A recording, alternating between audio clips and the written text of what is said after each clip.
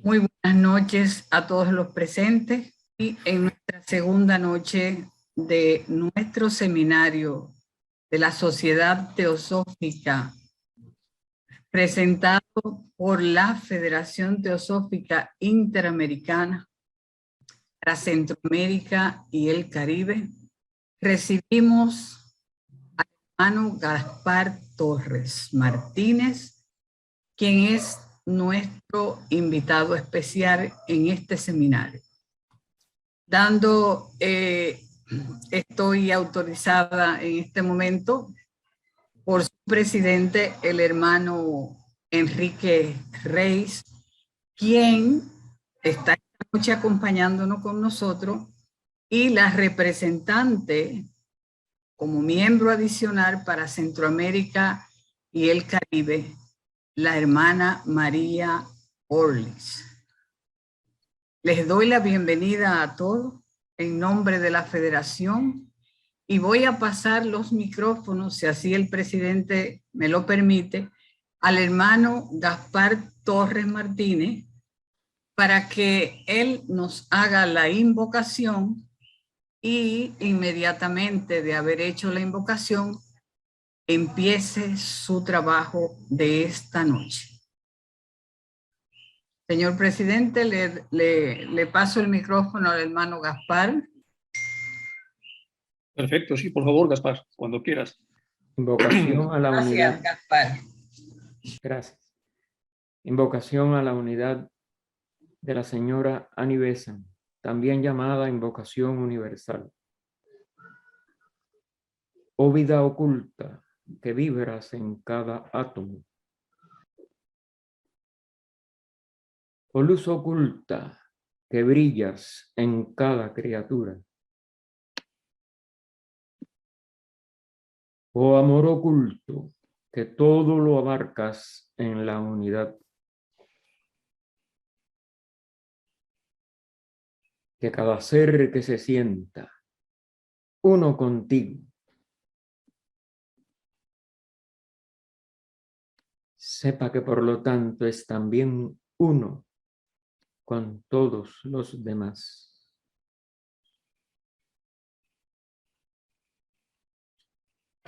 Espero que hoy puedan ver mejor esta segunda parte.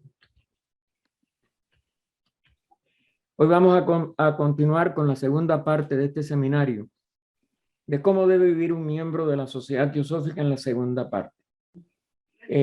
Nosotros vimos ayer que nuestros fundadores atrajeron la atención al de la humanidad por primera vez en muchos miles de años, a la existencia de este verdadero muro protector de la humanidad que constituye la jerarquía de adeptos. HPB lo publicó ya en el prefacio de Isis sin velo, como dijimos ayer, y según ellos llegaron a la India y se pusieron en contacto con distintas personas, toda esa noción de la existencia y de la ayuda de los maestros a la humanidad se fue diversificando como información, y algunos de los primeros miembros, como fue el señor Sinnel y el señor Hume, trataron de verdad comprobar si esto era cierto y pidieron permiso a la señora Blavatsky para que ella pudiera transmitirle una serie de cartas, y fue donde empezó la correspondencia, que de hecho había empezado con Olcott, pero ellos, que ellos sepan, no lo conocían. Pero Olcott lo había iniciado con la fraternidad de Luxor en Egipto, y ya en la India los encargados de esta labor eran los verdaderos fundadores internos, los maestros M y KH. Casi todos estos miembros que empezaron a tener correspondencia con ellos aspiraron a ser chelas, y quizás esa misma aspiración no era verdaderamente una aspiración para servir a la humanidad, sino para sus personalidades, poderla satisfacer con una relación personal con ellos. Sinnett tenía un lazo muy grande con el maestro, lo vimos ayer, aunque no he podido buscar exactamente el lugar donde está la respuesta del maestro de ese lazo kármico. Pero en realidad muchos empezaron a fracasar, entre ellos mismos Jung desde el punto de vista oculto, no desde el punto de vista de servir a la India muy diferentemente de cuando era un funcionario de la administración inglesa de la India. Y esto preocupó mucho a la señora HPV, a Blavatsky. Y ella publica años más tarde, según eso se fue agravando, el único que de verdad fue un triunfo era mudar, como siempre hemos insistido. Y ella publica una serie de artículos que después se publicaron aparte en un folleto con 3 principales artículos. El primero de ellos fue publicado con el título de Ocultismo Práctico. Ella dice, hay muchos que ansían instrucciones prácticas de ocultismo y por lo tanto es necesario dejar sentado de una vez para siempre la especial diferencia entre el ocultismo teórico o teosofía y el ocultismo práctico o ciencias ocultas. Es decir, la teosofía es parte del ocultismo, pero donde se estudia de una manera teórica. Y es lo que, si uno, a través de esa teoría, cambia la vida, se convierte en teósofo. Pero el ocultismo práctico es el que desarrolla lo que se llaman los siddhis. Y muchos pensaban de que enseguida los maestros debían de empezarles a enseñarlos esos poderes ocultos o siddhis. Y que se podían hacer entonces ellos ocultistas o verdaderos conocedores y manipuladores totales, es decir, que tuvieran el manejo de las ciencias ocultas. La índole de las dificultades que entraña el estudio de ocultismo práctico son las que son no solo mucho más grandes, sino mucho más peligrosas. La teosofía teórica puede dejarnos o no ausentes de la calidad de teósofos, de acuerdo con nuestros cambios, pero no hay peligro mientras tenemos nada más que el acceso a la teosofía. Pero ya el acceso a las ciencias ocultas, las dificultades son mucho mayores y los resultados muy peligrosos. Vimos, como dijimos ayer en la primera parte, al considerar los hermanos de esta primera etapa de la sociedad, que casi todos ellos trataron de aspirar o deseaban, porque era con deseo, no era una aspiración muy superior a ser discípulo de estos grandes seres, pero que el único triunfo reconocido por los maestros en una carta que está en Adyar, porque la recibió Olcott, fue Damodar Kama Balankar. A pesar de las advertencias de HPV, en esta serie de artículos que les estamos tratando de traer a ustedes el resumen hoy, que empiezan con el que llamó, como les dije, ocultismo práctico, muchos miembros de la sociedad teosófica siguen teniendo esa misma gran confusión. Y eso es por lo que lo traemos a esta segunda etapa, porque si eso no se asimila, de verdad uno se percata de la diferencia entre teosofía y ocultismo práctico, entre lo que se debe de incorporar a la vida para la teosofía, para poder difundir las leyes, que son el principal contenido de la teosofía. La teosofía es eminentemente altruismo en la práctica, pero estudio de las leyes en lo que nos lleva a ese altruismo. Es decir, las leyes teosóficas asimiladas nos llevan a poder ser útiles a la humanidad por convicción de que somos una unidad de la vida, por la comprensión de la ley de esa unidad. Eso no tiene que ver con la magia práctica. Eso es independiente y no debemos, como vamos a tratar de ver aquí en los puntos principales de las dos primeras partes, no podemos llegar a la tercera, es muy largo, pues vamos a tratar de ver cómo la teosofía es suficiente para que nosotros podamos ser útiles a la humanidad y que eso es lo fundamental. La práctica de la magia puede ser útil también en un mago blanco inmaculado, pero se necesita, como dijimos también ayer en una de las citas de las cartas de los maestros, la inocencia de un niño recién nacido, de un niño de verdad, totalmente inocente de toda expresión de los restos de personalidades anteriores que nos vienen muchas veces casi cuando empezamos a gatear o a caminar. Un buen teósofo. Y ahora citamos a HPB de este artículo de ocultismo práctico. Puede serlo cualquiera de medianas facultades intelectuales, porque lo que hay es que comprender estas leyes y sobre todo la ley de la unidad de la vida. Aficionado a la metafísica, claro. Las facultades intelectuales, si nada más que se aplican a lo físico, no son suficientes.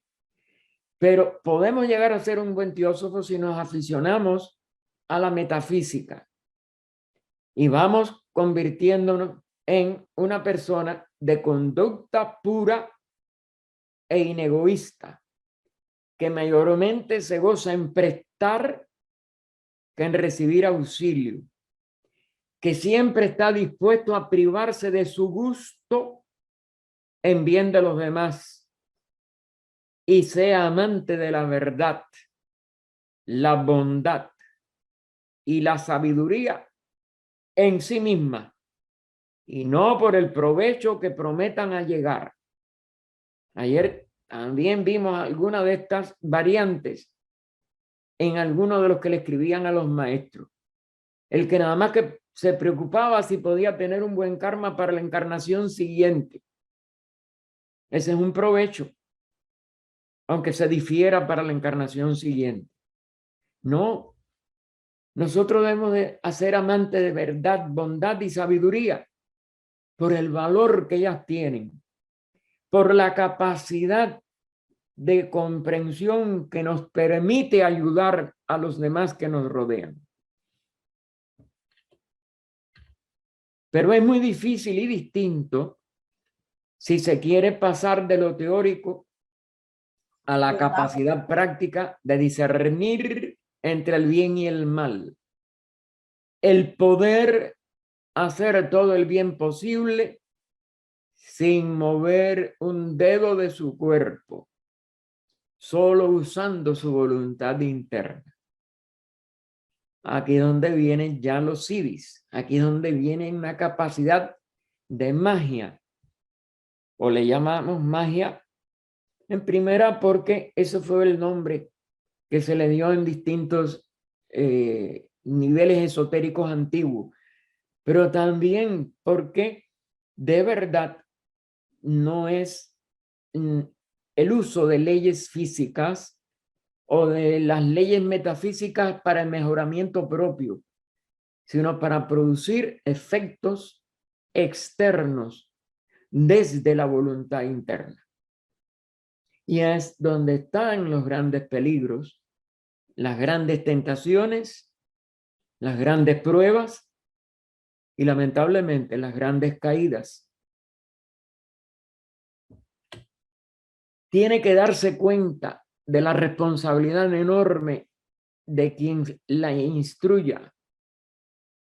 Es decir, si nosotros de verdad logramos que un adepto nos confíe en nosotros o confíe en la palabra, en un juramento que le demos. Todo lo que él instruya de carácter práctico,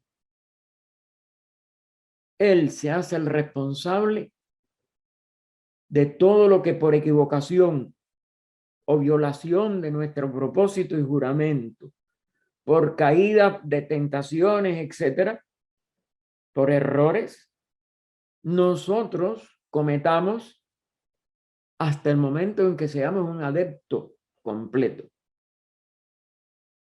Y a la vez que se tienen esas capacidades, esas faltas, esos errores, esas confusiones, recuerden los que hayan estudiado, porque leído no, la lectura no basta para estas obras, que hayan estudiado atentamente esa novela de Sir Burwell Lytton, Zanoni, vemos cómo cercano ya con grandes poderes, etcétera, se enamora.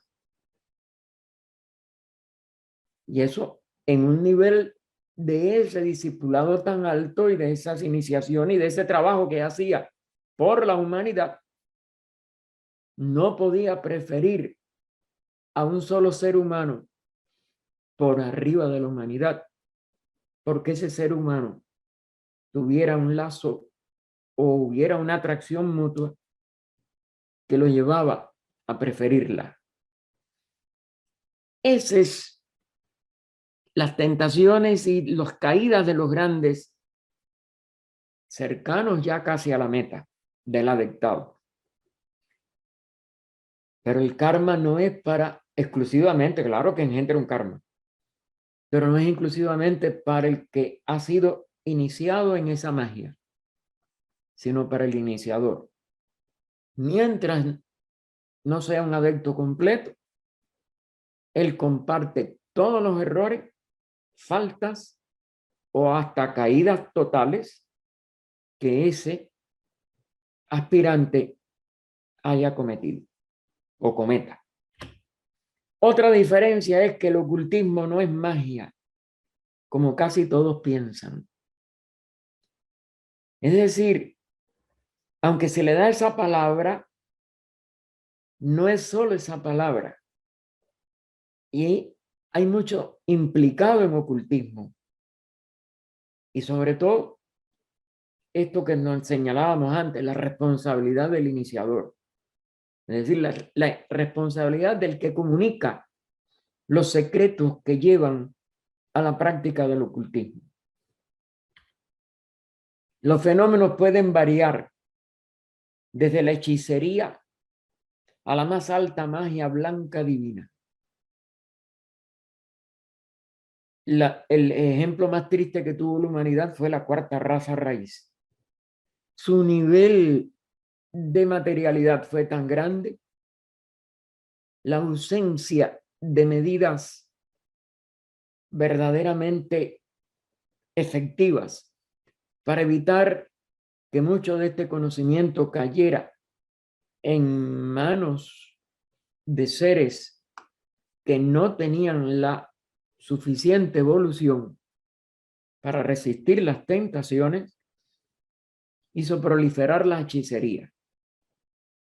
Los restos de esas culturas que continúan y las tendencias que siguen teniendo muchos seres humanos descendientes de esas culturas, hace que la confusión entre magia blanca y hechicería continúe y que mucho de lo que se practica, aunque la persona misma no se percate de la diferencia, no es magia blanca, a la vez que tenga un solo tinte personal, está más cerca de la hechicería que de la magia. Está más cerca de hacer daño que de promover el bien. Estudiar la sabiduría divina exige condiciones inviolables, expresa ella en ese primer artículo. Ahora fíjense, ella da una serie de detalles, algunos que pueden ser muy comprensible y verificable, pero tiene sus velos, como ustedes van a ver en este mismo primer párrafo. La primera es el lugar del estudio. No debe distraer la mente. Debe ser un lugar adecuado para que la atención del grupo que estudie verdadero ocultismo práctico no sea capaz de ser distraída. Pero eso casi siempre radica más en cada uno de los integrantes que en el arreglo del salón. Aunque claro, el salón puede ser o estar lleno de incentivos de tentación para que la mente se escape del propósito que el grupo tenga de reunirse en ese lugar. Debe estar libre de todo magnetismo e influencia maligna de disputas o altercados. Es decir, la fraternidad tiene que ser total y nunca puede tener ni un pensamiento de sospecha, de duda de la unidad, de sospecha de que alguien ha violado algo, aunque no se tenga la prueba. Eso rompe la unidad.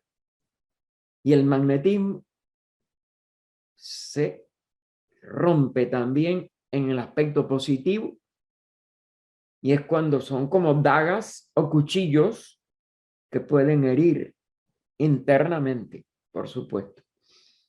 Lo cual resulta muy difícil, añade HPB, y ayudada por un círculo de 5 colores. Esa frase enigmática ella no la explica en el resto del documento. Y se los dejo. Se dan cuenta que la ayuda tiene que venir de algo que todavía no sabemos ni qué difícil sería poderlo tener o mantener. ¿Es físico? ¿No es físico? No lo podemos saber. Antes de estudiar cara a cara consigo mismo o su gurú, debe hacerlo con otros aspirantes, poniendo ella que el número debe de ser impar. Sin embargo, cuando ella hizo el Círculo Interno de Londres, el de 1888, recuerden que hubo uno que se recomendó con la carta a Francesca. No he podido encontrar nunca el resultado de ese primer grupo. Y no sé si es que falló casi desde el inicio o porque esa fue la logia de Londres que se desbandó y hubo que hacer la logia Blavatsky después. Pero Francesca Arundel en ese tiempo era tesorera de la logia de Londres. Y posiblemente es que ese grupo no pudo seguir. Pero cuando ella hace el de 1888, si ustedes estudian las notas que hay, eran 6 hombres, 6 mujeres, 12 en total. El número allí no era impar. Es que no fue un grupo de este tipo, jamás. Es lo que me inclino a pensar. Porque ella escribió esto más o menos por esa época. No sé, tampoco he podido encontrar la fecha original de estos artículos, que creo que fueron en el Theosophy o ya si fue en Lucifer, no, la verdad, tengo, como yo lo que tuve siempre fue el folleto, y el folleto no hablaba de estos 3 originales y cuándo se publicaron. La mente tiene que ser pura y estar en paz con todos. Si no, no puede haber un grupo de ocultismo práctico. De lo contrario, las palabras de sabiduría y de la buena ley se dispersarán arrastradas por los vientos. Porque la mente tiene que tener la capacidad de atención correcta. Y la atención correcta, que es la única que nos puede poner en contacto y estar cara a cara con nosotros mismos, o provisionalmente el gurú que esté al frente de ese grupo, que tiene que ser de una muy alta graduación, una HPV, su maestro, no sé de más nadie, quizás Damodar después que alcanzó el triunfo, pero él no volvió al mundo, se quedó en el Tíbet. Claro, porque el usar de la palabra para expresar las cosas es un velo y es muy difícil para mantener lo verdaderamente esotérico. Tanto para un yo superior de uno mismo, claro, el yo superior de uno mismo ya es una voz del silencio, ya no tiene palabra, pero el gurú sí la necesita, porque no se puede confiar siempre en la transmisión de pensamiento. Así que fíjense ya todas las dificultades que estamos viendo para poder ir más allá de la teosofía o sabiduría teórica,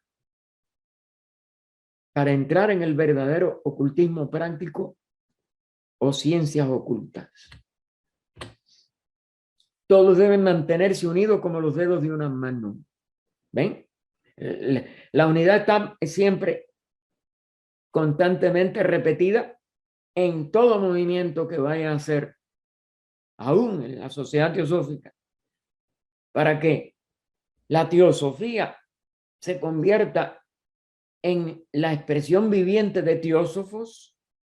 Se necesita esa unidad. Y agrega a ella: todo cuanto perjudique a uno ha de perjudicar a los demás. Y lo que uno ame será amado por todos, o no se puede seguir adelante, lo cual es poco probable si el magnetismo fue bien escogido. Es decir, si es un grupo que está encabezado por una mujer como ella o un teósofo totalmente autorrealizado como un adepto. Porque si no, ¿cómo se puede escoger bien el magnetismo de estos seres? Quizás por eso ella no hizo después ese grupo impar, porque ese grupo fue de ocultismo, pero en un nivel teórico. La práctica quedaba del lado individual. Lo que se le dieron fueron instrucciones, leyes para práctica privada. Si se armoniza, si esa armonía no se logra, habrá muchas dificultades por actos que parezcan. ¿Ven? Eso ya rompe totalmente y no puede haber ocultismo práctico, porque es como cristal que empieza a herir a todo el mundo, cristal roto, ¿no? Que empieza a herir a todo el mundo. HPV compara ese necesario equilibrio electromagnético con la afinación de un arpa. Las cuerdas de un arpa, ustedes saben cuántas son, y aún en la lira se necesitan las 7, y ahí sí es el número impar. Y hay que afinarlas exactamente como el mejor instrumento, porque si no la música se desafina. Si la sabiduría se imprime en los corazones, jamás se quebrantará la armonía. Por eso esta sería la condición que el adepto tendría que verificar. O si es un discípulo muy adelantado, o es un grupo que nada más que están tratando de armonizarse totalmente para poder llegar al ocultismo práctico, la sabiduría tendría que estar muy alta en esos corazones de todos los integrantes. Porque lo ideal es que cada uno entre y se instruya a través de su yo superior. El grupo lo que hace es fortalecer la energía, la calidad de lo que se puede hacer por la humanidad. Claro que nada de esto puede hacerse para el beneficio del grupo exclusivamente. Los siddhis requieren renuncia a toda vanidad y no tienen lugar alguno en las primeras etapas. Ella no dejó lugar a duda. Los grandes seres, los adeptos, no otorgan siddhis a los que no hayan pasado por todas estas primeras etapas y hayan sido puestos a pruebas hasta niveles muy altos. El sentido de unidad no puede debilitarse ni perderse del corazón, o su verdadera utilidad se pierde y la labor es un cascarón muerto. Con la adición de que si se hace daño, no es solo un cascarón muerto, es una fuente de perjuicio para la humanidad, que es donde cualquier centro que se vuelva, en vez de magia divina, blanca, en hechicería, trae todos los contratiempos que vimos en la Atlántida y en cualquier otro grupo que se desvíe por allí. La unidad interna no tiene que ver con evitar la contaminación de la materia de los cuerpos con niveles materiales inadecuados. Este primer paso para que nuestros cuerpos no se manchen con materiales inadecuados, tanto el físico como el cuerpo cámico, como el cuerpo mental inferior, es decir, toda la personalidad, es un paso para aún la teosofía teórica, para poder hacer que nuestra labor sea útil a la humanidad. Hay cartas de Akasha Sine, donde le dice: anoche yo no pude estar cerca de usted. Usted estaba bebiendo vino, comiendo carne. En ese ambiente yo no podía impresionarle a usted nada. Esa fue una de las limitaciones de Sine. Él nunca purificó sus cuerpos. Quizás algo lo mente o algo porque él tuvo muy buenas intenciones y si no, ese libro no sale. Pero no la hizo íntegra. Y es de los cuerpos. Tenemos que cuidar nuestro cuerpo físico, nuestro cuerpo emocional, nuestro cuerpo mental.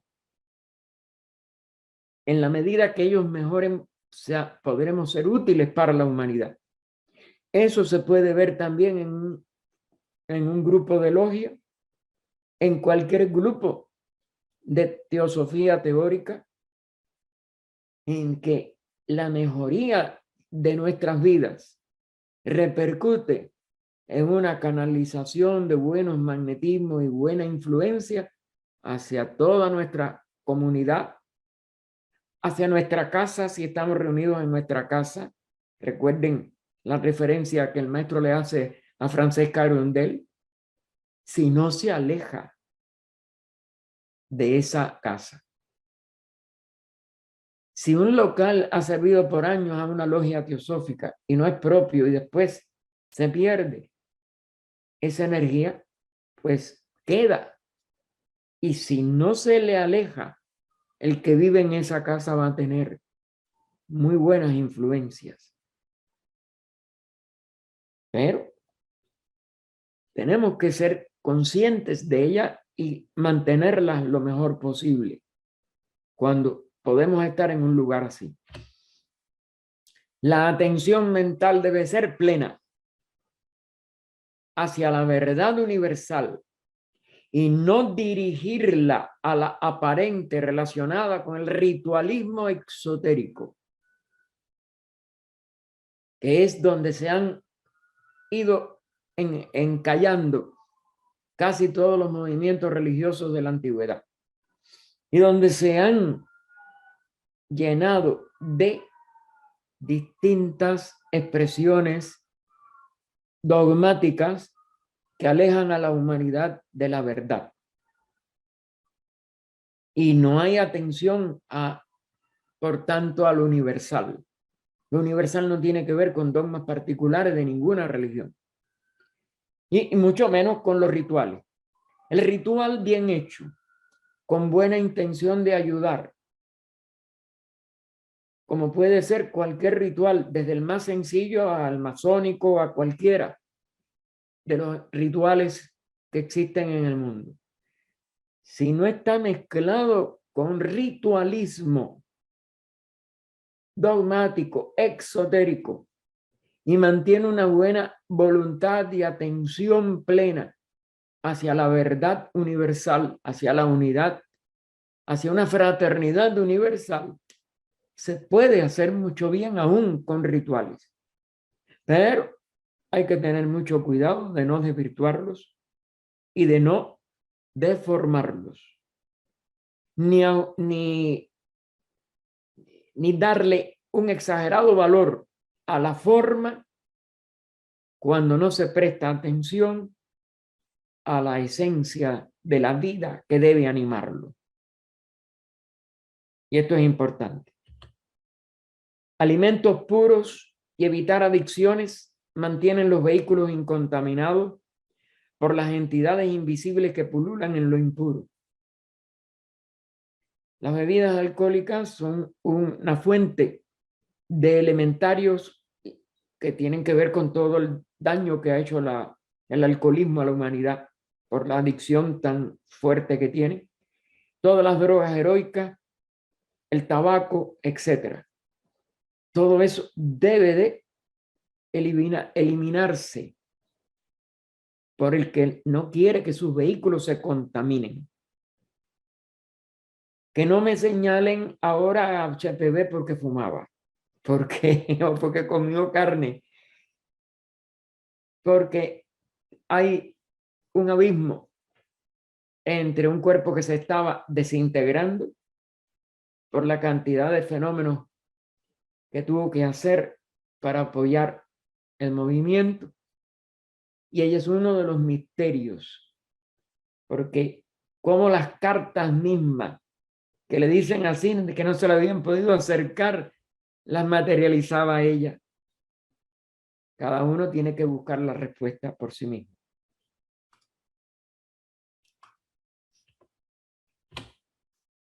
Una vez cimentado el cambio, el estudio, la meditación, cumplir la ética, esto de cuidar los cuerpos, pensamientos, palabras, acciones nobles, desinteresadas y entero olvido de sí, conducen a la sabiduría.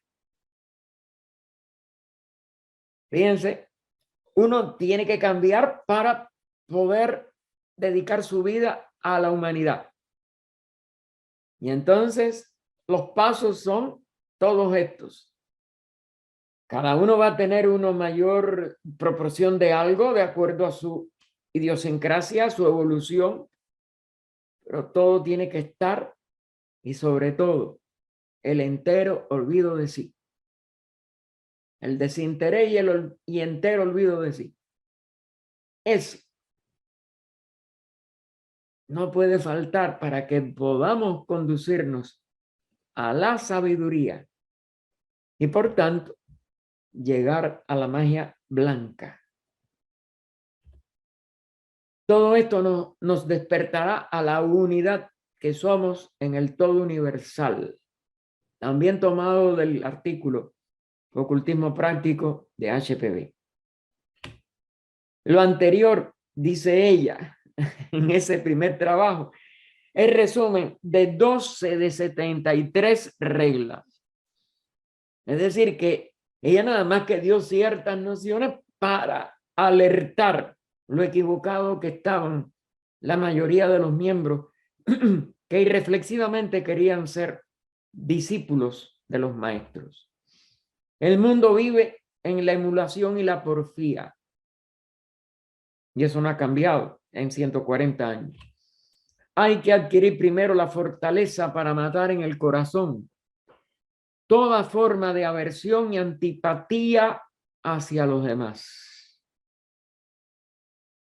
Matar toda forma de aversión y antipatía hacia todos los demás. La llamada cortesía de la vida social pertenece a la vida ficticia y no a los dictados de la verdad. En cada uno de los párrafos la clave está en el mismo aspirante de los grados, perdón. En cada uno de los grados la clave está en el mismo aspirante.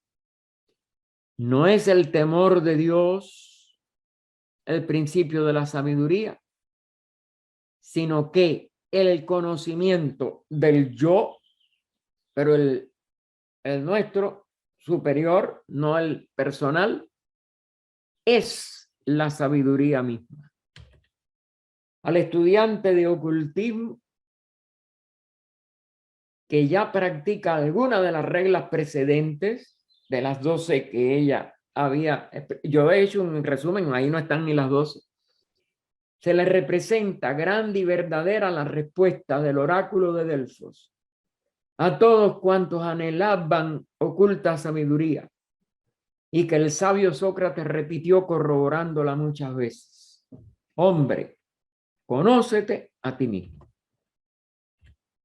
Los prismas a cuyo través miran el ocultismo, los filósofos cándidos, son tan variados y multicolores como cabe en la humana fantasía. Y aquí donde han caído muchas personas que falsamente no tenían capacidad para poder, como si dijéramos,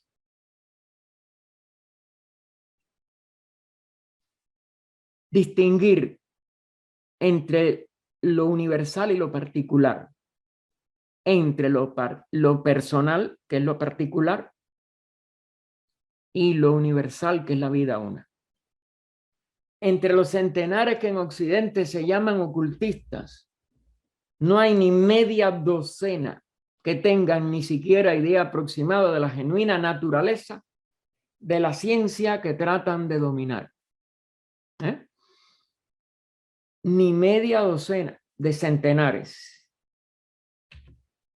Con pocas excepciones están todos en pleno camino de la hechicería.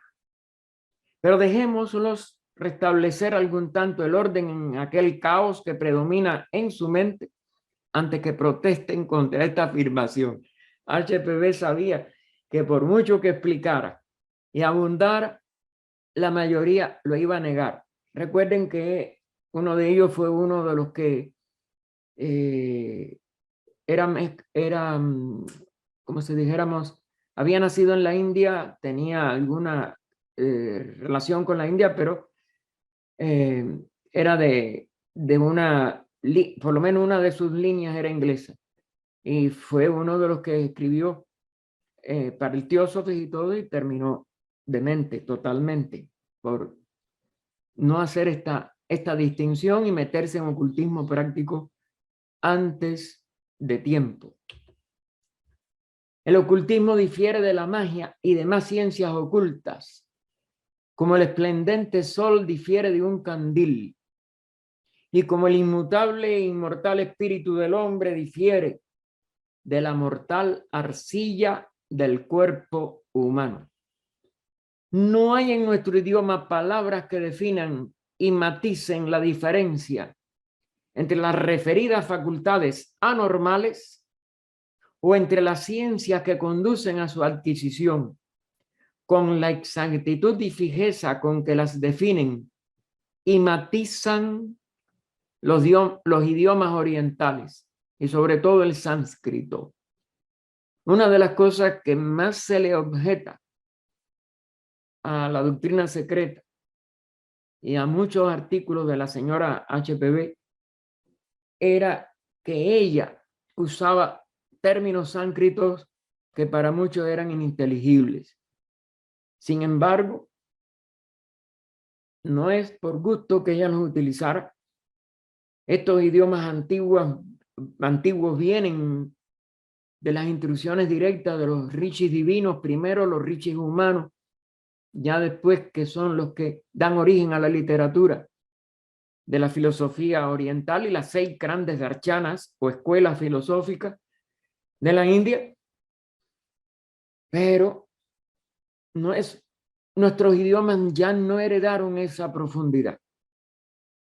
Y por ello, muchos de nuestros idiomas, de los modernos, yo creo que casi todos, no son adecuados para poder penetrar a estas ideas y a estas leyes más profundas que se tienen que dominar para poderlas aplicar científicamente al mundo externo, es decir, para constituir la verdadera magia práctica u ocultismo práctico.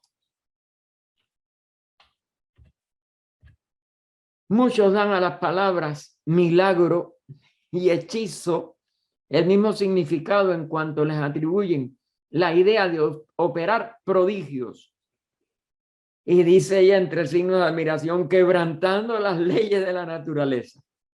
No hay nunca quebranto de leyes de la naturaleza. Lo que hay leyes de la naturaleza que no conocemos, sobre todo de la naturaleza metafísica. Y esas son las leyes que operan en la práctica los ocultistas prácticos.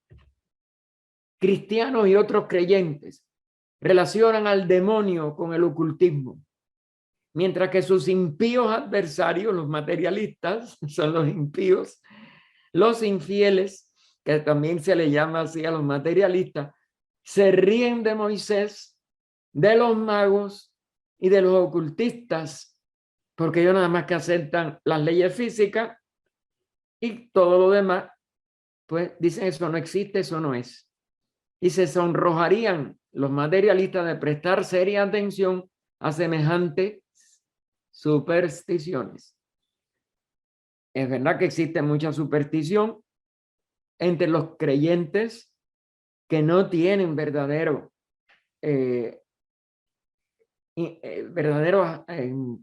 capacidad o verdadera capacidad para poder entrar al ocultismo práctico. Pero eso no significa de que allí estén todas las supersticiones y que en el ocultismo práctico también sean lo mismo. Hay, aún dentro de las supersticiones, nada más que una deformación de una enseñanza religiosa mal asimilada. Y tenemos que también distinguir en eso, no es falso. No hay falsedad total en muchas de las supersticiones religiosas. Hay deformación de no considerarla como la ley que originalmente esa religión, cuando era sabiduría o era expresión de la sabiduría de su fundador, de sus fundadores, etcétera, se comprendía correctamente.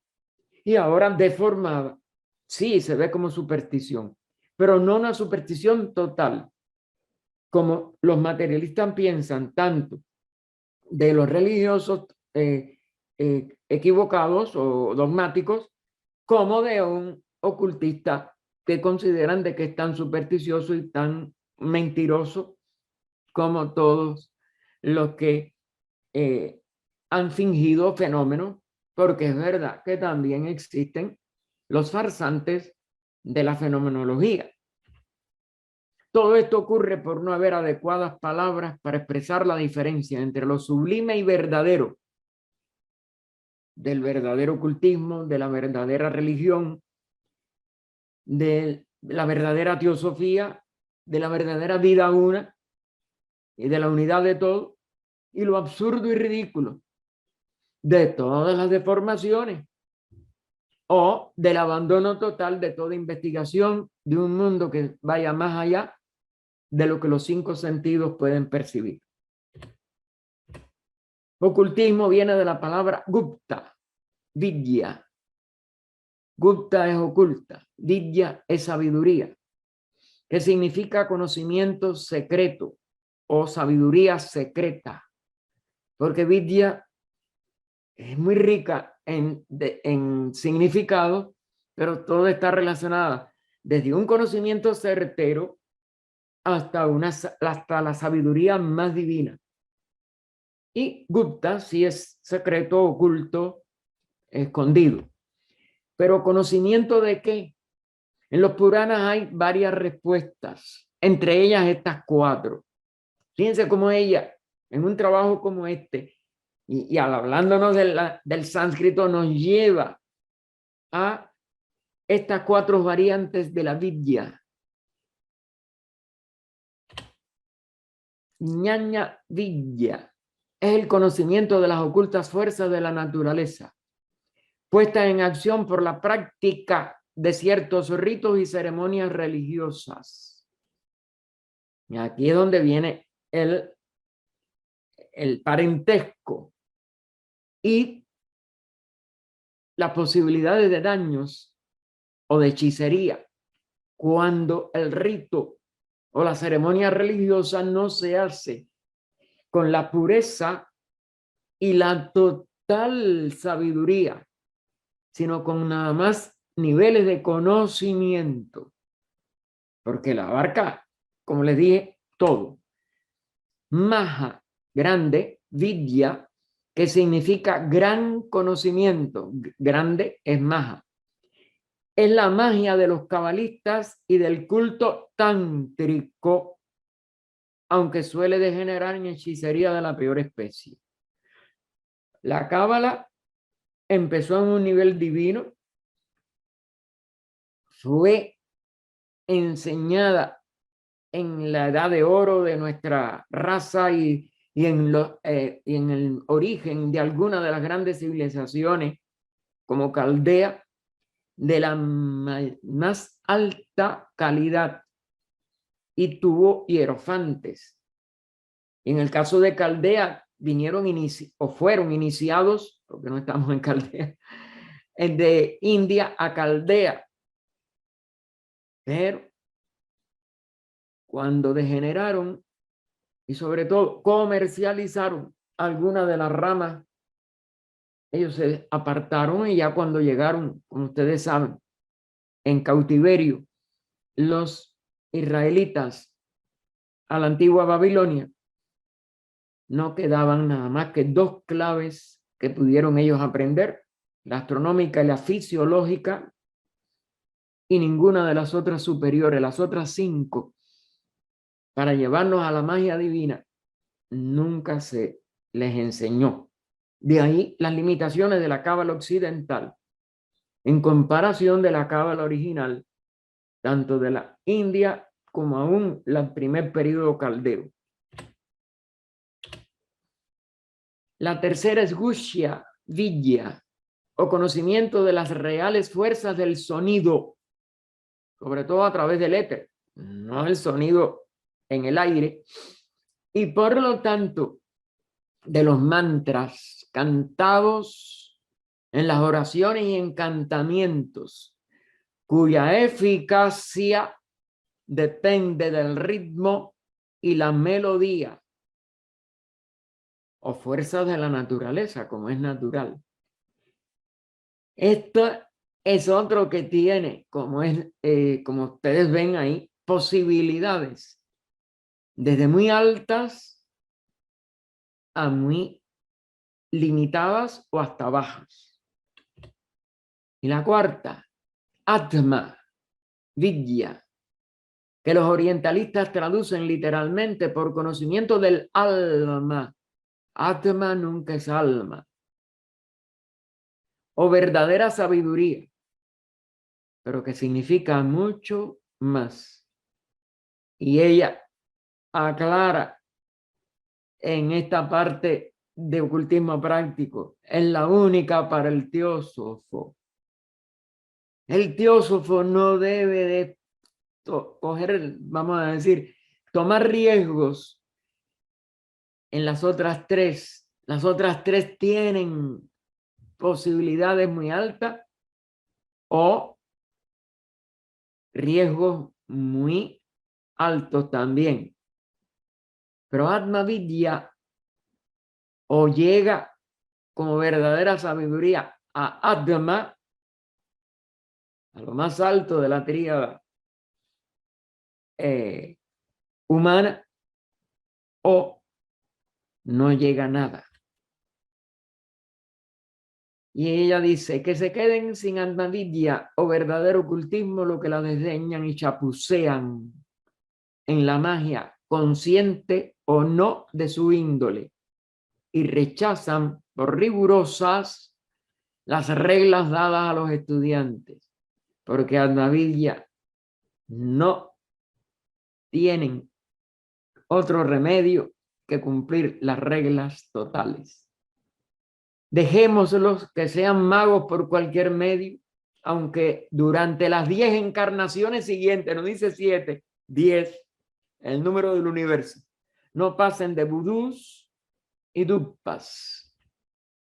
HPV da una vía a quien aspira, pero no alcanza la talla de Atma Vidya.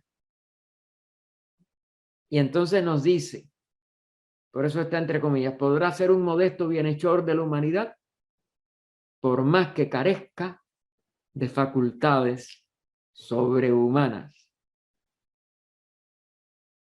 Eso sí no nos lo puede eliminar nadie. Y podemos ser teósofos, no solo buenos miembros de la sociedad. Ha de saber y recordar para siempre que el verdadero ocultismo o teosofía es la incondicional y absoluta renunciación de la personalidad en pensamiento y obra. Es altruismo y quien lo practica queda escogido de entre las filas de los vivientes. No vive para él, sino para el mundo. Se le dispensa mucho en la aprobación, pero al ser aceptado debe eliminar su personalidad, y ser una fuerza benéfica de la naturaleza. O asciende por muchas encarnaciones sin devachan hasta la cima del aratado, como le dicen en el budismo, del adeptado en el hinduismo, o cae al primer paso en falso en la más baja magia negra. El ser tiene que capacitarse para sin pasión entrar en el verdadero santuario del alma, el alma inmortal, y permanecer allí en presencia de su maestro, del yo superior. Otra de las cosas que muchas veces nosotros encontramos como de los que discrepan de la teosofía, de la sociedad teosófica, es las enseñanzas que Krishnajī después del año 1929 dio, que parecen negar al maestro,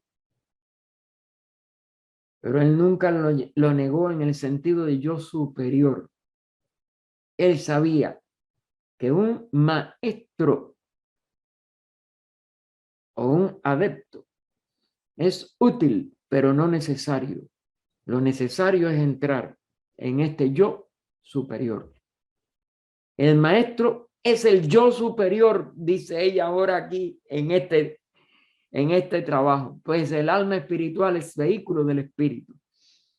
Y por eso es que se usan los dos términos. Y es verdad que hay adeptos que ayudan, pero la labor la hace ese maestro interno, que es el mismo yo superior, Buddhi, como vehículo de Atman.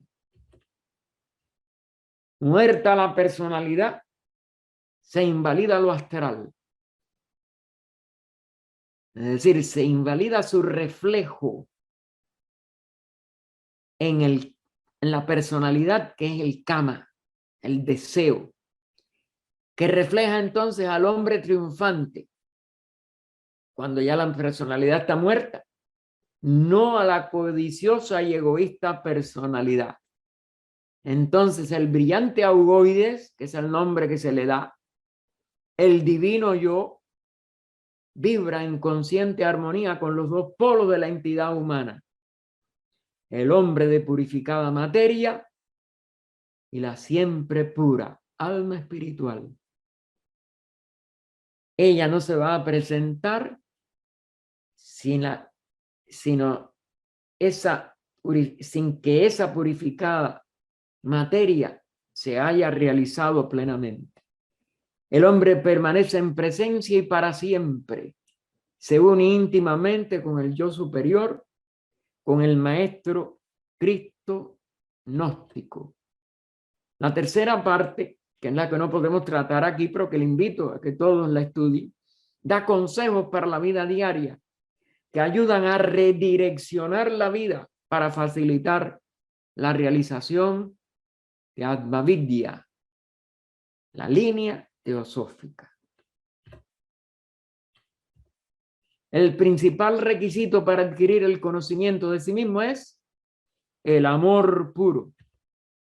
Anhela el conocimiento por puro amor y el conocimiento coronará eventualmente el esfuerzo.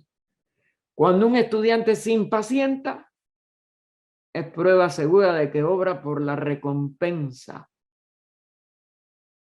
por su personalidad, no por amor, lo cual demuestra también que no merece la gran victoria reservada a quienes verdaderamente obran por puro amor. Son los únicos que tienen el triunfo. El Dios en nosotros, esto es el espíritu de amor y verdad, de justicia y sabiduría, de bondad y poder, ha de ser nuestro verdadero y constante amor. Nuestra única fe. Y fe ahí es confianza absoluta en la ley. Gracias, hermano. Si desean un pequeño descanso para preguntas, porque hoy hay sí más tiempo. Hoy me cogí nada más que unos 7 minutos. Empezamos a las 5. No se preocupe, que nosotros estamos felices. Tenemos una pregunta. Dime. Lourdes Sánchez. Adelante, Lourdes, por favor. Primero, ¿qué entender por fe? Primera. Y en la segunda, ¿cómo ayudar a fortalecer, bueno, una vez que esté el concepto de fe, cómo ayudar a fortalecer el espíritu del ser, ya la fe del individuo? Es cuanto, muchas gracias. Mira, ahí ella usa la palabra fe, fíjate que la pone en bastardilla. Es la confianza total en que has podido entrar en la realidad inmortal de ti mismo. Si tú no entras primero en ti mismo, en el nivel inmortal, no puedes tener confianza alguna, porque la personalidad siempre es evanescente, mortal. La confianza empieza en el nivel inmortal que nos conduce a lo eterno, porque en realidad no, mientras estamos manifestados no estamos en el todo. El todo es una eternidad que está más allá de la alternación de Manvantara y Pralaya, de manifestación y reposo o reabsorción en esa realidad. Y solamente salimos de nuestra actual inseguridad y falta de verdadera confianza, de verdadero apoyo, mientras estamos en la personalidad. La personalidad no puede darle confianza a nadie. Solamente el conocimiento de lo inmortal que nos lleva a lo eterno. A través de Atman se entra en la vida una. pero tienes que entrar en la vida verdadera de tu ser, de tu augoides, de tu tríada superior, que está formada por la parte más alta de esa sabiduría o conocimiento elevado, conocimiento abstracto, en ese vehículo del espíritu que es Buddhi, que ya te une con lo que conoces, es decir, donde se realiza la unión del conocedor, lo conocido y el conocimiento. Otra, como decir, una condición, otra regla, otra expresión de la vida que nos ha dado siempre el ocultismo, pero que Krishnamurti fue el que más nos enfatizó en esa unión.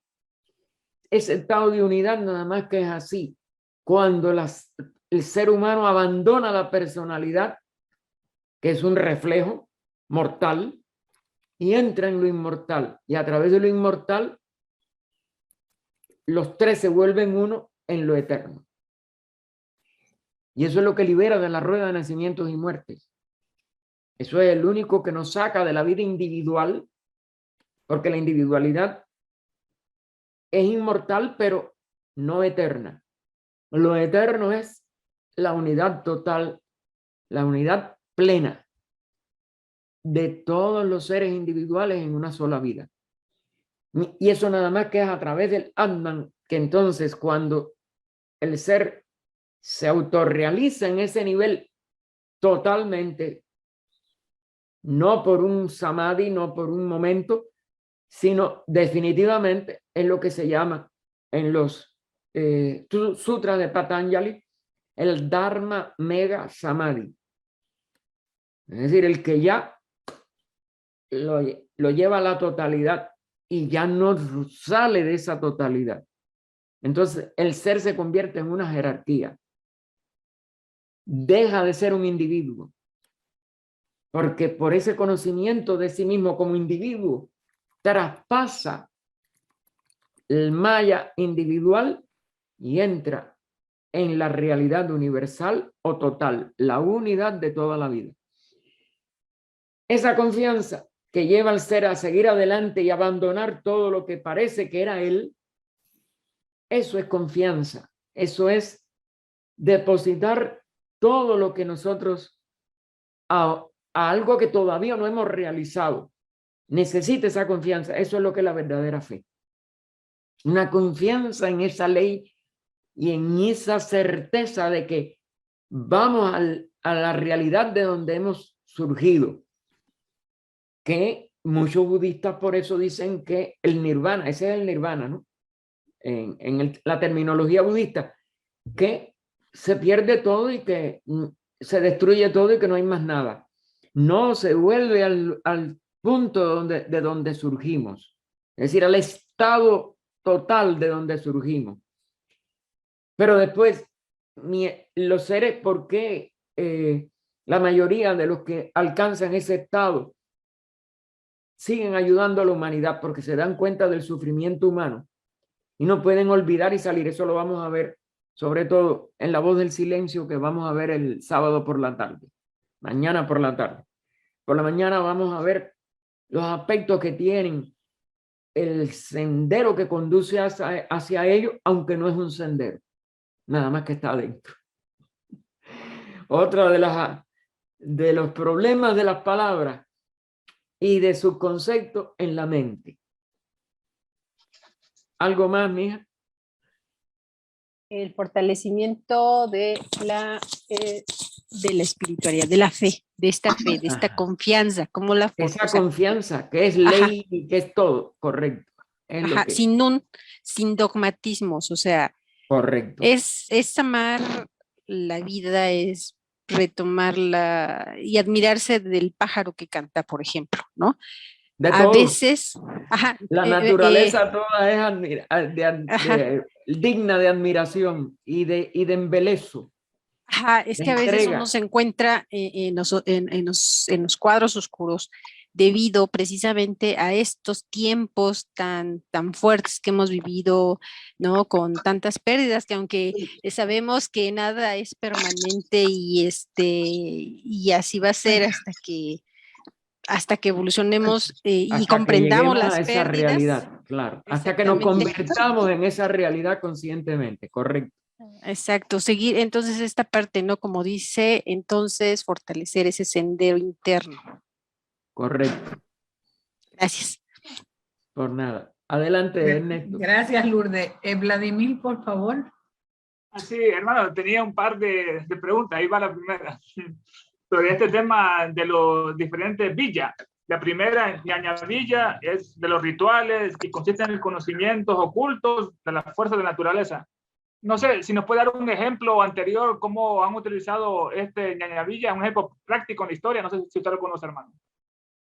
No, vaya, sí, si tú empiezas a buscar cómo todas las civilizaciones, todas las religiones, todas las filosofías parten de una vivencia de un adepto, de un mensaje de impulso a una civilización, pero como los seres humanos todavía estamos en el estado de evolución muy menguados, no podemos mantener esa experiencia o esa vivencia que estos seres sí la traen. Y entonces, al seguirlo en forma de palabras, de conceptos intelectuales, de rituales, etcétera, la vamos cargando de velos, los mismos seres humanos, o más bien estamos nosotros llenos de velos y se lo atribuimos también a lo que hemos recibido. Eso es un proceso que es universal. Donde quiera que haya un ritual, donde quiera que haya un dogma basado en un ritual, ha sido una depauperación de un mensaje que en su origen fue tan divino como, bueno, es la expresión del mismo logo, lo que se llama en la religión cristiana misma. Por ejemplo, la primera palabra, la primera revelación. Esa revelación divina se dice por cada religión que está en sus textos religiosos. A la vez que lo convertimos a palabra, ya esa no es la primaria o original revelación, pero está relacionada con ella. Es como la hemos podido recibir intelectualmente las almas menos evolucionadas. Nada más que es una consecuencia de nuestra evolución media, de nuestra evolución incompleta. Lo fundamental es que no tomemos la parte como siendo el todo, porque nuestra conciencia actual nada más que puede percibir la parte por su limitación.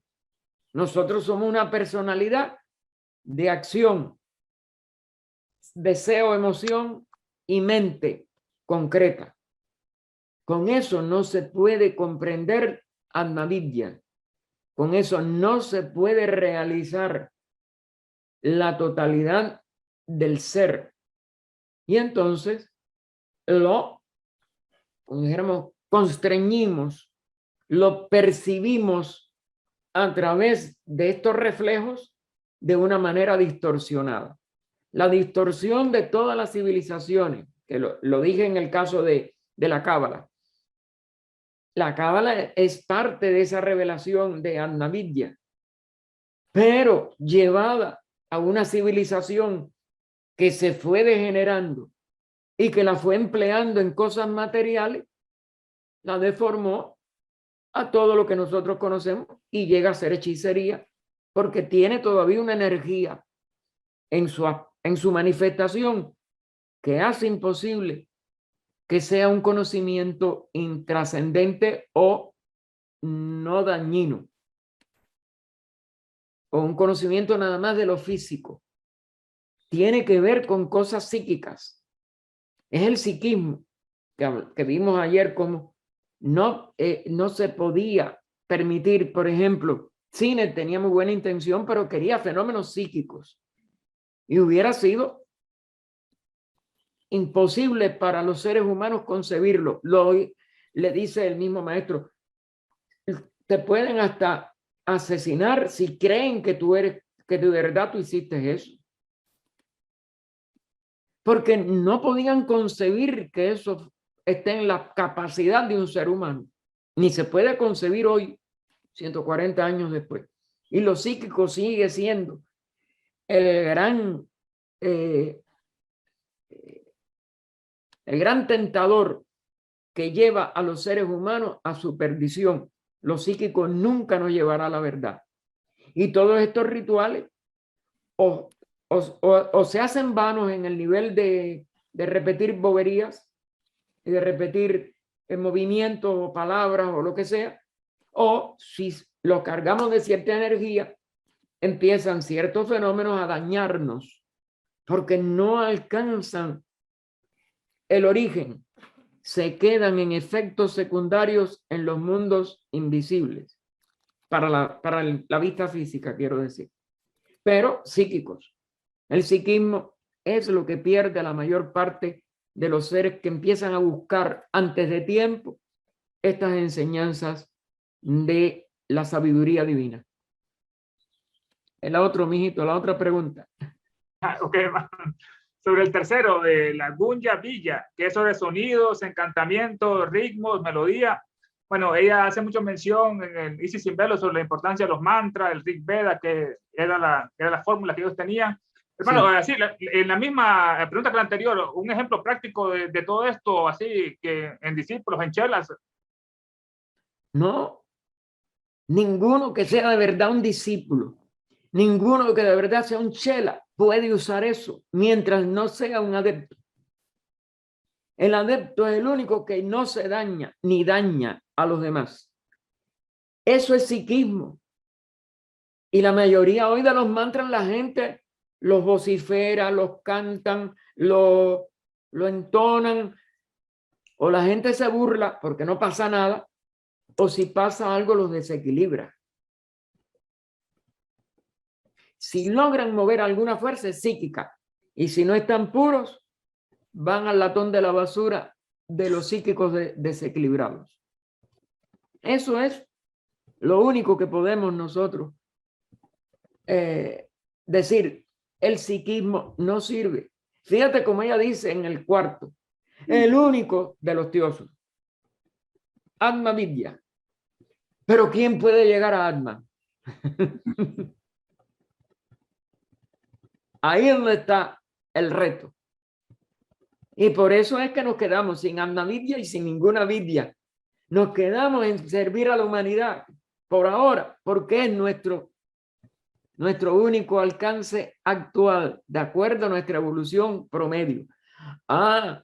Si tú puedes llegar a ser como un niño, si tú puedes llegar a ser totalmente inocente, si tú no tienes en esta encarnación nada que te haya dañado tus vehículos, es que tú puedes entonces empezar a buscar esa alma vidya. Pero ninguno de nosotros puede pensar en eso, por lo menos yo me paso. Estoy todavía esperando una encarnación en que sea como un niño acabado de nacer. Bueno, un 2 veces nacido, como un Cristo. Gracias a Gaspar y a Ernesto por su pregunta. Tenemos a la hermana Ángela Morillo, por favor. Ángela, adelante. Primero que todo, muchas gracias. Excelente todo. Bueno, esperamos a mañana. La pregunta mía quizás es un poco tonta, pero bueno. ¿No es, hermano, el ritual de la Iglesia Católica, la misa, un ritual? ¿No es la misa un ritual? Sí, correcto. Entonces, entonces allí se manejan otras clases de fuerzas, ¿no? Depende. Depende. Ok, hermano. Mira, lo que llamaban los antiguos, vamos a decir, en los antiguos misterios, el ágape, es lo que es la misa cristiana. Viene de misterios y viene de los misterios de Jesús, como es natural. Ahora, ni hubo última cena de Jueves Santo, ni nada, todo eso son símbolos. Y el símbolo del pan, del vino, igual. Son símbolos. Representan el conocimiento y la sabiduría total de la vida. Es decir, la corriente de vida una. Y la transmutación nada más, o transustanciación, nada más que es si se hace con las condiciones y el estado de atención de que el oficiante sea capaz de canalizar, puede variar el magnetismo, pero necesita toda una serie de condiciones internas y, claro, ceremoniales externas. Cualquiera de las que falle es un ritual vacío. Y eso lo decimos así completo. Aún personas que hayan estudiado la ciencia de los sacramentos del Invite, pero no sean capaces de poderlo realizar. Y tú lo sientes, lo que estamos oficiando. Uno lo siente. Hay misas que son vacías. Porque tú no puedes prestar la atención que eso requiere para tú poder magnetizar todo aquello. O tú no tienes las vestiduras adecuadas, porque eso requiere toda una serie de condiciones electromagnéticas que hoy casi son imposibles de conseguir, y la mayoría lo ha tirado por la borda. Por ejemplo, desde el más remoto Egipto, desde los más remotos brahmanes de la India, la vestidura para cualquier ritual verdadero tiene que ser para aislar la parte física de toda esa serie de energías que se tienen que manejar, de hilo puro. El hilo hoy, la última vestidura que yo me pude hacer, o que me hizo la hermana Gloria, la hermana que tú la conoces, me la tuvo que conseguir Elenita Soto allá en ¿cómo se llama? En Nueva York. Y carísima. Ella me la regaló, pero carísima. En la práctica, a mi alrededor ya no hay nadie que use nada de eso. Porque, no, da lo mismo que sea un poco de algodón con poliéster. Ahí no hay ninguna fuerza que se pueda canalizar. Eso es una pantomima, eso no es un ritual ya. Okay. Bueno, por eso está muerta, por eso se está muriendo. Claro. Pero muere por eso. Ya. Ok, muchas gracias, hermana. Por nada. La hermana Alicia, que por favor, Alicia se llama. Sí, adelante. Buenas tardes. Buenas tardes. Hola, Gaspar, ¿sí me escuchas bien? Sí, ¿Sí me te escuchas? oigo. Sí. Mira, me gustaría su opinión sobre las famosas meditaciones con letras hebreas que se hacen en Cábala, porque se utilizan mucho y bueno, hay una escuela que las utiliza constantemente. Entonces, esas letras hebreas, yo sé que son inteligencias y son fuerzas, pero ¿qué tanto conviene a las personas que las practican que sea algo bueno para ellas? Las meditaciones con letras hebreas y está uno adentro de una estrella de David que se visualiza. ¿Qué opina de esto? Mira. Porque es parte de la Cábala. Sí, pero de la Cábala o judía, hebrea. Como te dije, tuvieron acceso, pero no todos hoy lo mantienen. Tuvieron acceso a 2 de las 7 claves. La astronómica y la fisiológica, que tiene que ver con el cuerpo físico. Espiritual, no creo que hoy quede nadie en Occidente. Y aún en Oriente, que sí había todavía en la época, por lo menos del siglo XIX, no creo que quede casi nadie. Y yo creo que es para protección, porque toda la civilización, aún de la India, Gandhi logró la libertad física, pero la resurrección interna que ustedes pueden ver cuando ustedes cogen las publicaciones que Annie Besant hizo para tratar de que la India volviera a ser lo que fue la antigua Aryavarta, pues yo no creo que hoy quede casi nadie. Y los que quedan deben de estar muy calladitos porque están en peligro de ser malinterpretados, de ser mal seguidos o mal usados por los que nada más que tienen el, como dijéramos, el egoísmo de querer tener claves para su servicio, para su personalidad. Yo no he estudiado nada de Cábala, pero haya lo que haya en potencia, lo que no creo es que haya quien lo pueda interpretar en verdadera magia completa. Y en las claves superiores, las claves místicas, eso nunca la ha tenido Occidente. Y para mí que Oriente hoy en día las tiene todas perdidas, y los que no la han perdido, porque hay muchos pandits todavía, pero esos son eruditos. El mismo Subarrao fue un pandit, no un místico. Y lo que él explica, sí, tiene relación con algunas claves de la Vedanta, pero más nada. Ninguna de las darshanas representan la escuela transhimaláyica de los adeptos. Gracias. Esta es la séptima, no es ninguna de las 6. Okay, Bueno, esto todo hay que tomarlo con... pero si de verdad tú tienes la convicción que puedes hacer el bien a través de ella y tienes la clave, correcto. Pero seguir detrás de eso es un ritual más y un peligro más psíquico. Es Si que a mí llega a la parte astronómica o la parte fisiológica. Es psíquica. Es que a mí me llamó la atención porque en esta escuela se hace la meditación constantemente y sin embargo una persona me dijo a mí que para mí no era conveniente, pero pues ya no me dijo por qué. Entonces por eso me quedo con esa interrogante. Tú ves, pero te dice para ti. Si ella te dijera, tú no puedes todavía servir a la humanidad, no te es útil.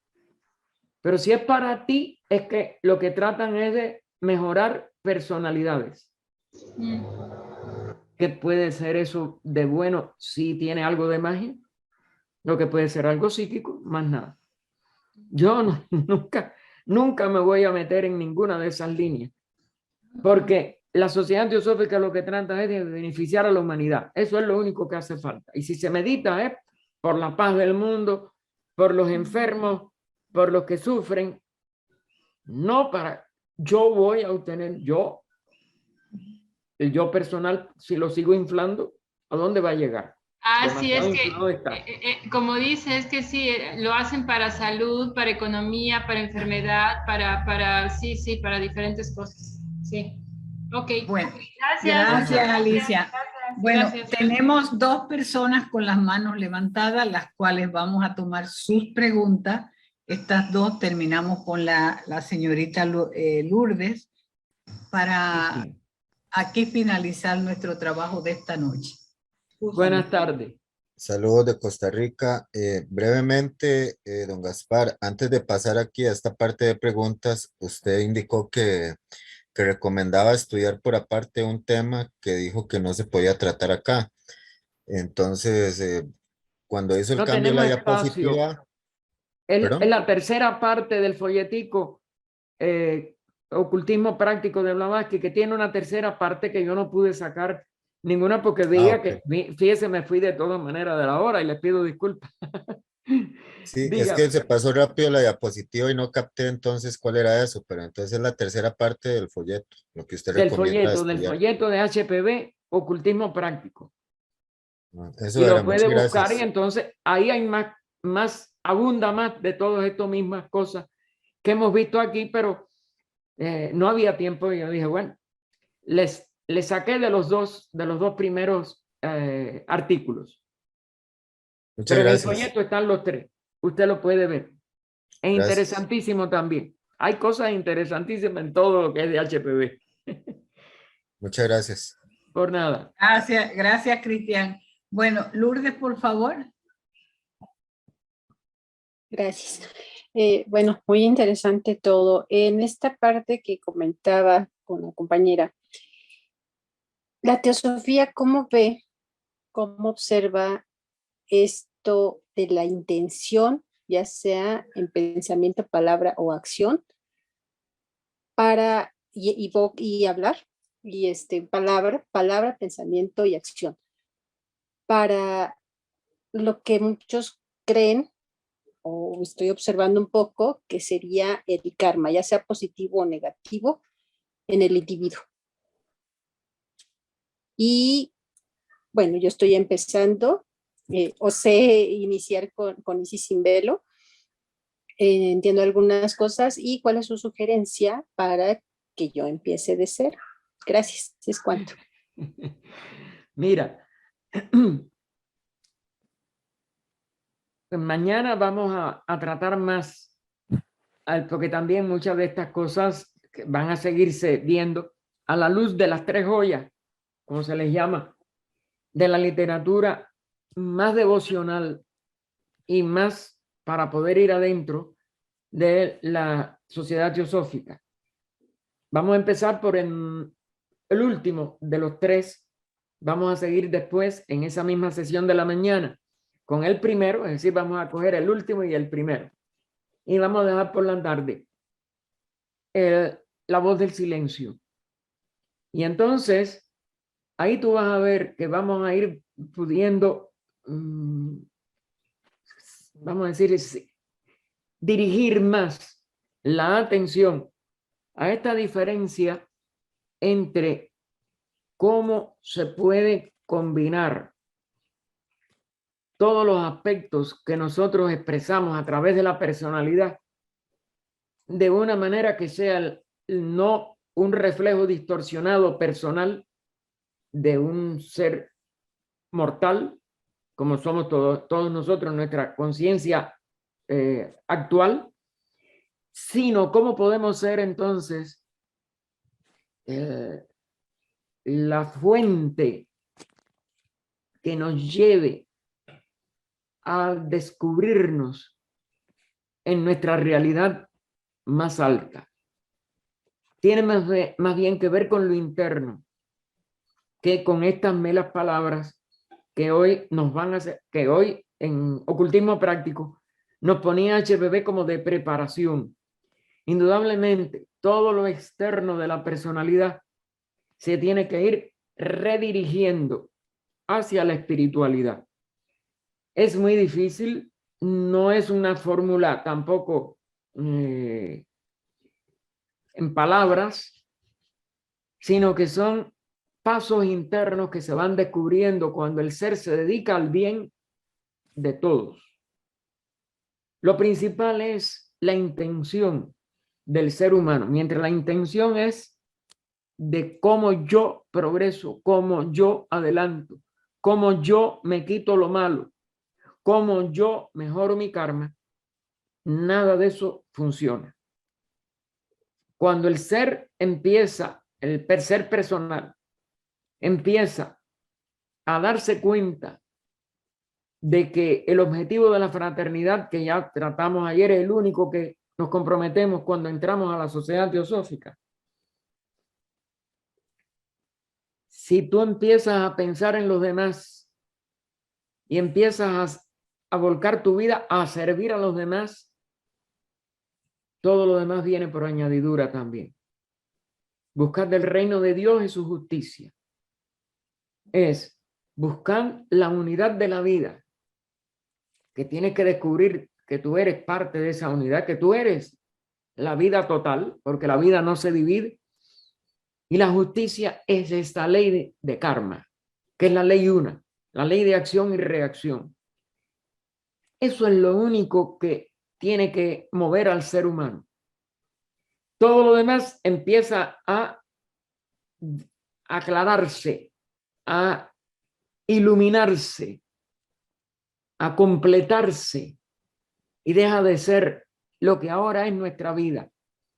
Una vida de preocupaciones, de deseos, de conflictos, de guerras con nosotros mismos, con los demás.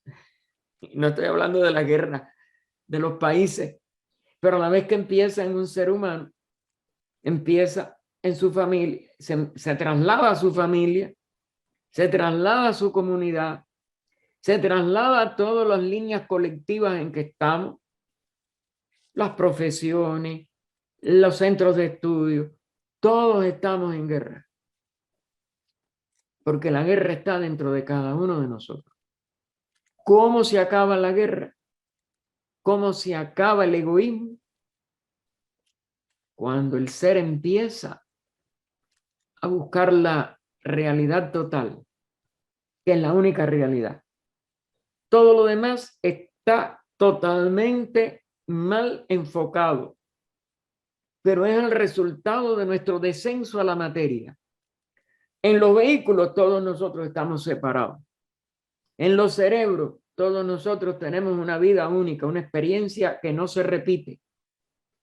Ni en nosotros, aunque tengamos o de verdad comprobemos algún día, porque ahora es nada más que una creencia, que existe la ley de reencarnación. Todas nuestras encarnaciones anteriores son únicas. Todas nuestras encarnaciones posteriores, si las hay, serán únicas. Todas las encarnaciones que nos rodean son únicas. Y sin embargo, todas son la misma vida una. Pero en la manifestación se produce una proyección que nos hace aparentemente diferentes. Y esa unicidad no la distinguimos. La unicidad es lo que va a tenerse que descubrir para enriquecer la manifestación. Es el único propósito de la manifestación.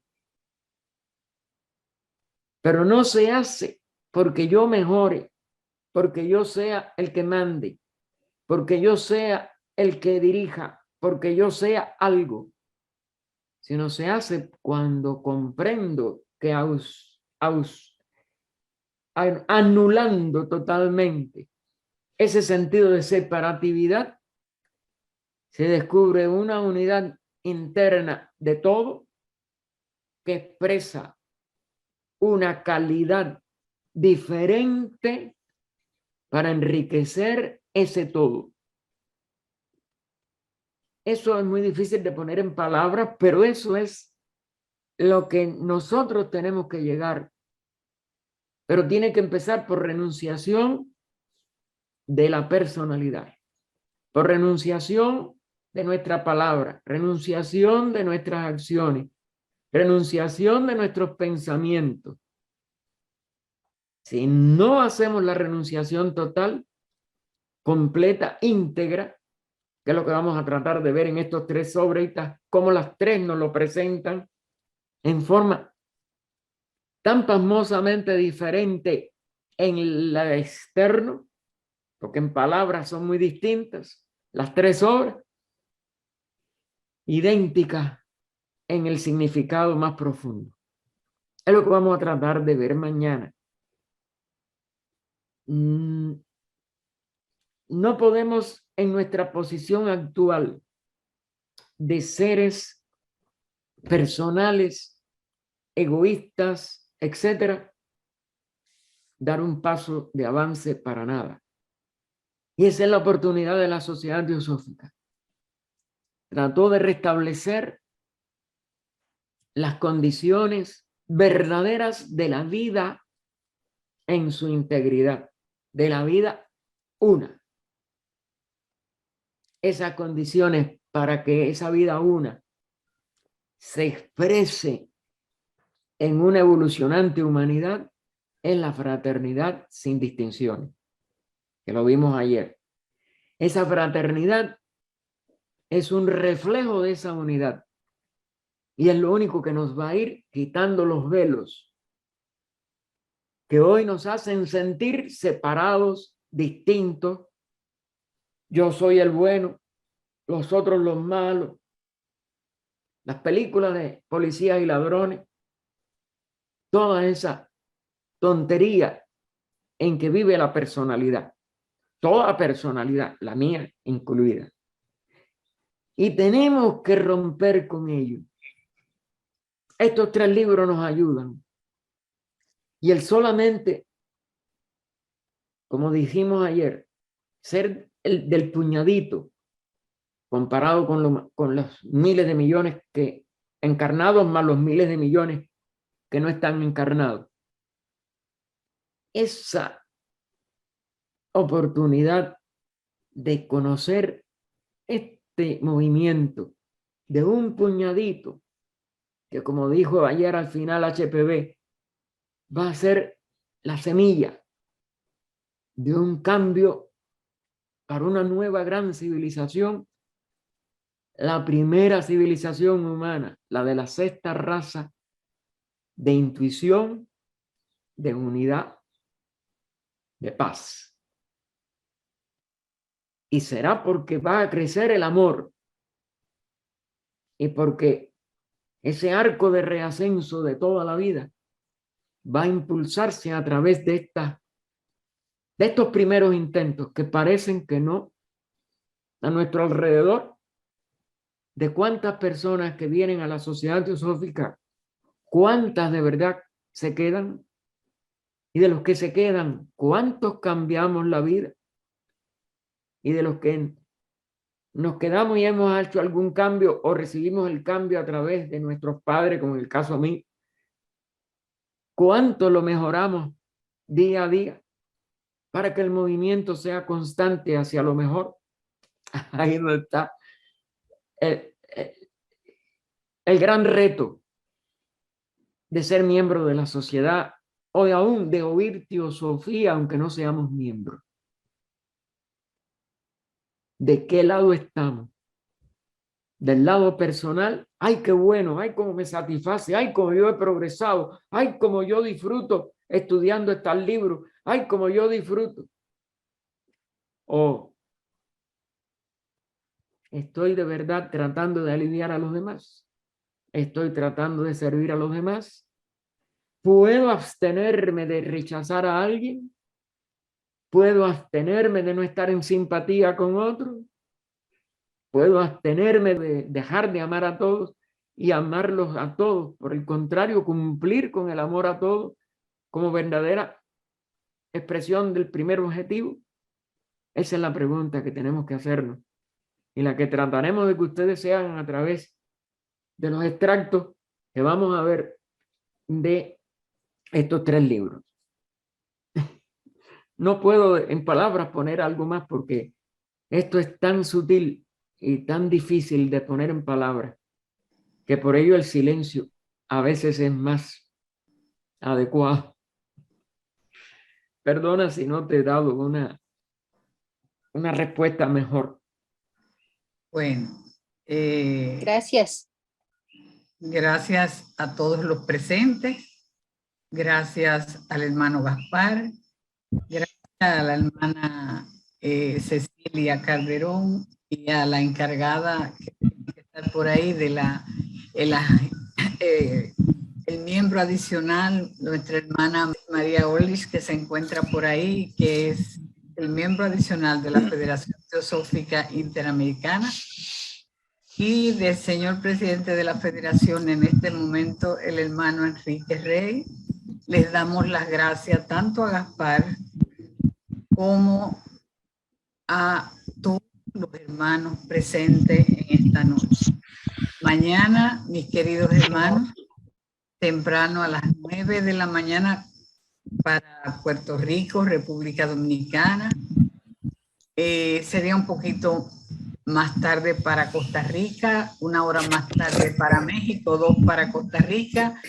Y así sucesivamente vayan ajustando su horario de acuerdo a lo que hemos tenido en estas noches. Ajústenlo para mañana, porque el encuentro de mañana sé que es muy interesante y muy sublime. Bueno, mi gratitud a todos los presentes. Para California. No, para California tiene que ser 6 de la mañana. Sí, 6 de la mañana. 6 de la 6 de la mañana, Ángela. Sí, pero podemos, vale la pena. de la mañana.